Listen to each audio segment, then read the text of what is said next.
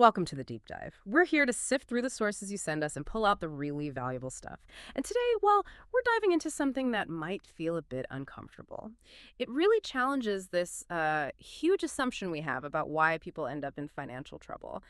For years, maybe generations, the common idea was, oh, you're struggling, you must not be working hard enough, or maybe, you're just bad with budgets. But the sources we looked at today, they point to something else entirely, a kind of silent saboteur quietly draining your bank account. And that culprit, it's boredom. Okay, let's unpack this. Boredom, that feeling we all know, kind of dull, irritating, the thing we try to escape. It's being framed here as a serious financial liability. So what's our goal with this deep dive? Right. Our mission is to really explore this dual nature of boredom that the sources lay out so clearly. First, we're going to look at how that exact moment you feel bored, it actually becomes a point of, well, serious vulnerability, a liability, one the whole economy seems built to exploit. But then, and this is crucial, we'll look at the flip side.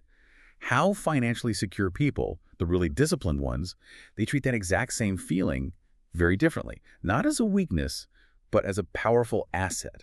It's like the sources say, is boredom a drain? Or is it a forge? That's the core difference. A drain versus a forge. I like that framing. Let's start with the drain because honestly, that's probably where most of us live some of the time, right? Yeah. It's the painful bit. So when we say boredom drains resources, it's not just philosophical talk. It's actually like eroding your fast, yes, but maybe even more importantly, your focus. Just picture it. Maybe it's mid-afternoon, you hit that slump, energy's low, just that empty feeling in your head.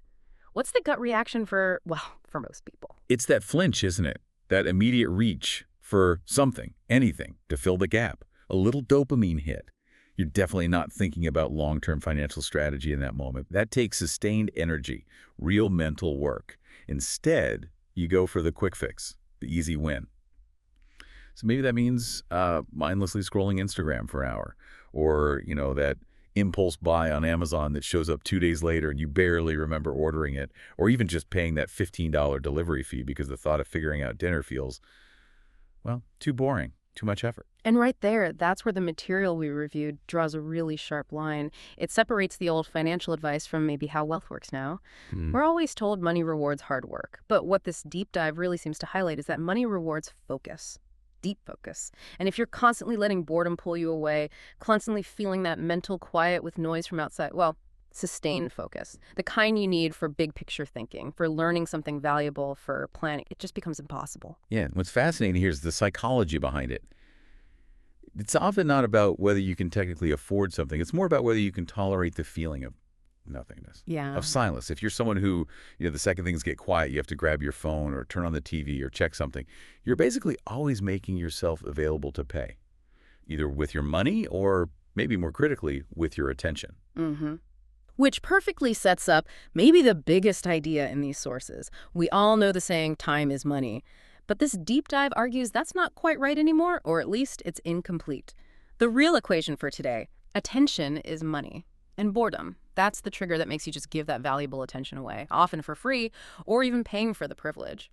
So, okay, if boredom is this weak spot, this vulnerability, how does the market, the economy, actually cash in on that? Oh, they don't just wait for it to happen. They actively engineer for it.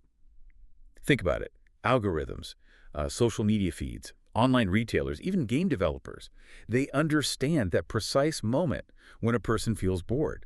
They know that when you're desperate for stimulation, your critical thinking kind of goes offline. You become receptive, less discerning. The authors use some pretty strong language.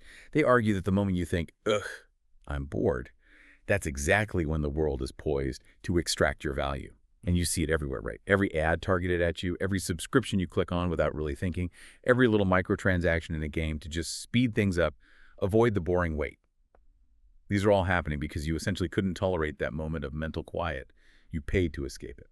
We talk about these as microtransactions of money, but I think your point about focus is key. They're also microtransactions of focus, aren't they? You're giving away a few bucks, maybe, but you're also giving away these little slices of concentration. Slices that, if you actually kept them, could add up to something substantial. Exactly. It's cumulative. Like, if you spend 15, 20 minutes just scrolling through Netflix, trying to find something, anything to watch because you're bored, that's 20 minutes you paid with your attention to stay mentally unproductive. That focus, it's gone. You didn't invest it. You basically paid the world with your time, your focus, maybe even your money later, just to keep you distracted from things that could actually build your future. And that really shows the scale we're talking about. It's not just about avoiding one big impulse purchase. The real financial drain, according to these sources, is the constant low-level trickle. All these tiny payments we make, day in, day out, just to avoid the slight anxiety of being unstimulated for a moment. The picture painted is, well, billions flowing from people's pockets to corporations, largely fueled by this collective fear of being briefly bored. Okay, so acknowledging this is, well, it's a bit sobering, isn't it? If letting boredom dictate our actions is this huge hidden financial liability, the obvious next question is, how do we stop? How do we flip that script? Here's where it gets really interesting. Because the sources suggest the most successful people, the ones building real, lasting wealth, they don't try to eliminate boredom. They actually learn to sit with it.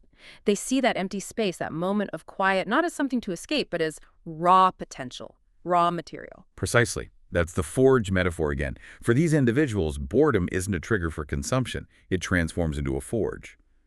They use the discomfort, that sort of mental heat of silence and inaction, as the very thing needed to shape a solid plan or strategy. Most people hear the boredom alarm go off and they immediately run to shut it off. Distraction, purchase, anything.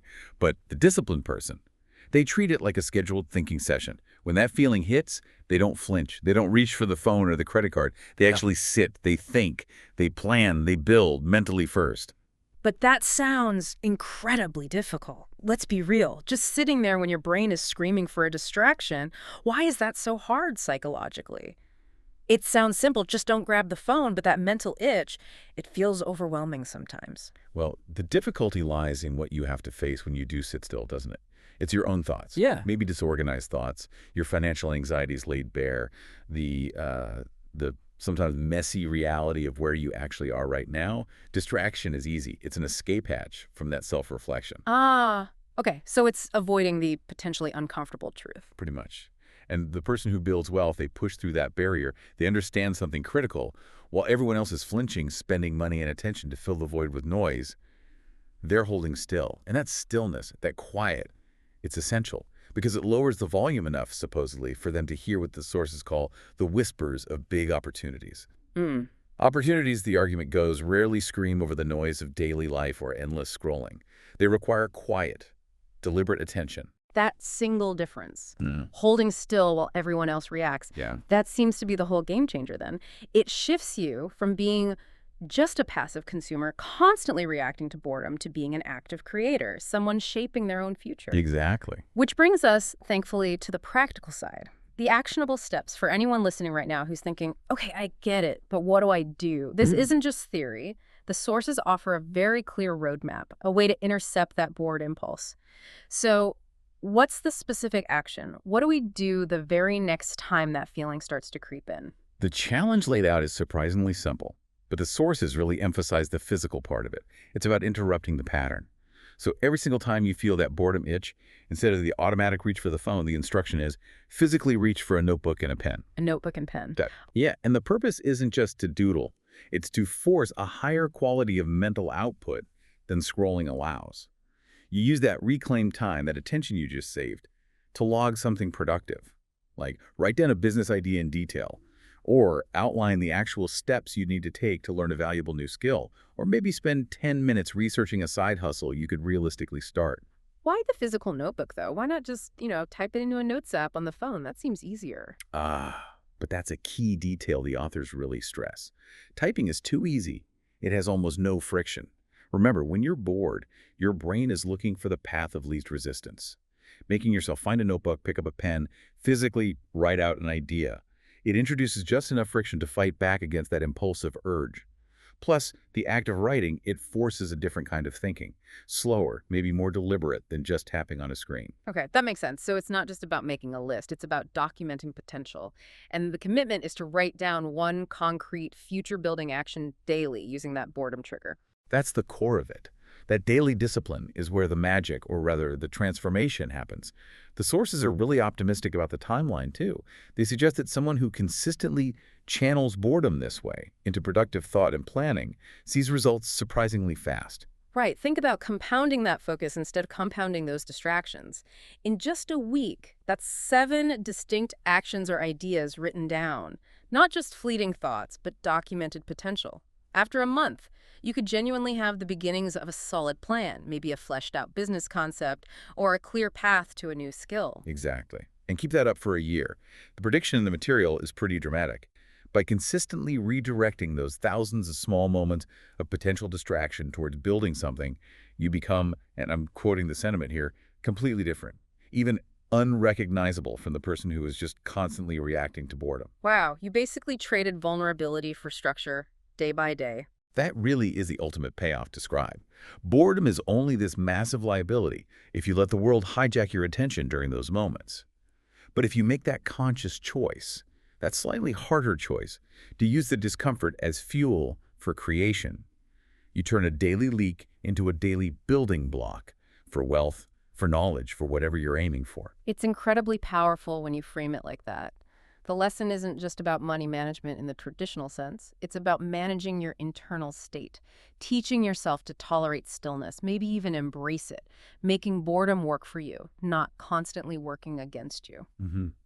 And maybe tying this all together, if we accept that focus truly is the currency that pays the biggest dividends, it leaves us with a pretty direct question, doesn't it, for you listening right now? What specific bit of noise in your life right now, that subscription you don't really need, that one app you always open out of habit, what are you willing to cut out starting today so you can finally create enough quiet to hear those bigger opportunities when they whisper? That is a fantastic challenge to leave everyone with. Change your reaction to the itch, change the whole trajectory. This was a great deep dive. Thanks for unpacking it with me. And for everyone listening, we appreciate you joining us. Now, maybe go find that notebook. We'll talk to you next time.